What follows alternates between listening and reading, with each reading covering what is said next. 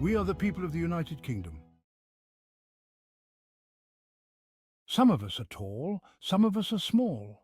We are a nation of all races and cultures who mostly live in peace together. Some are strong, some are incredibly wealthy.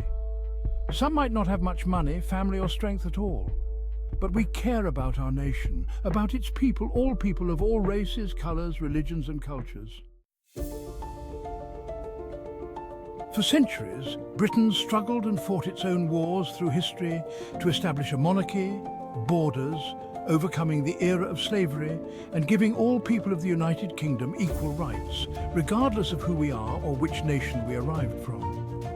As a nation, we created good manufacturing capability during the Industrial Revolution, amazing entertainment areas such as the West End musical area of London, and the many great British pop music bands of the 1970s and 1980s.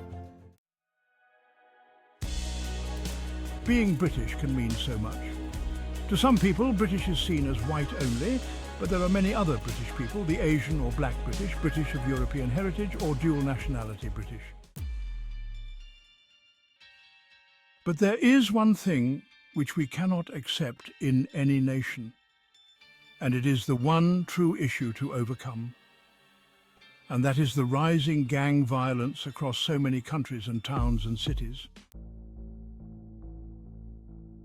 Our prisons and jails are too full, and offenders have to be released early from prisons to make way for new offenders. And to many people that seems like a foolish thing for any government to do, because we all expect a violent offender or repeat offender to go to jail and stay in jail for the time they were sentenced in court for their crimes. Yet many also believe that there is no real benefit in jailing young people for specific crimes. Jails or prisons in any country are not a good place for young offenders, because they end up isolated, depressed, perhaps are scorned and pushed away by family and friends, and later on in life perhaps will not easily find employment due to their past criminal conviction. We have recently seen people locked up for riots and protests which became violent, and obviously the law is applied to those causing damage and violence, and appropriately so. Yet, it must be said again and again, don't blame the youth, because the youth are only following in the footsteps of their role models, if they have any. We have all witnessed how gangs and violent crime in Britain has steadily increased, with an estimated 200 gangs in London alone.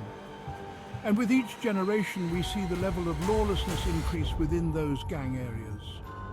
Yet nobody in the world is born a criminal. And so, instead of locking up young men and boys in jails, we need to find out how to break them out of the gang circles to prevent them from destroying their own futures. Lock up the worst repeat offenders, not the young Brits who still have so much to learn before they find their way in life. Britain has achieved so much in the centuries of its incredible history, overcoming wars, overcoming racism, such as with music in the past.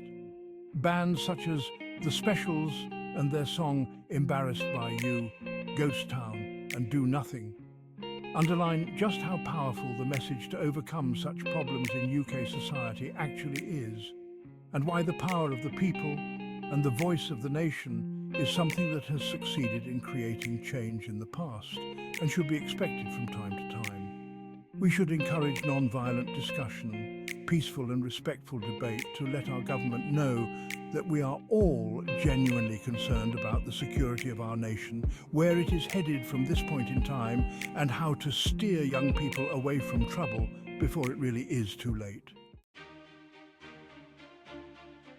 The people of Britain, no matter who we are, can all say together loudly, "Enough is enough, save our peaceful democracy." We owe it to future generations to make Britain better than ever before, without fear of gangs or violence, and a future where Britain's youth no longer gets pulled into dangerous circles. Indeed, the collective message that people of the United Kingdom should agree on is to save our peaceful democracy.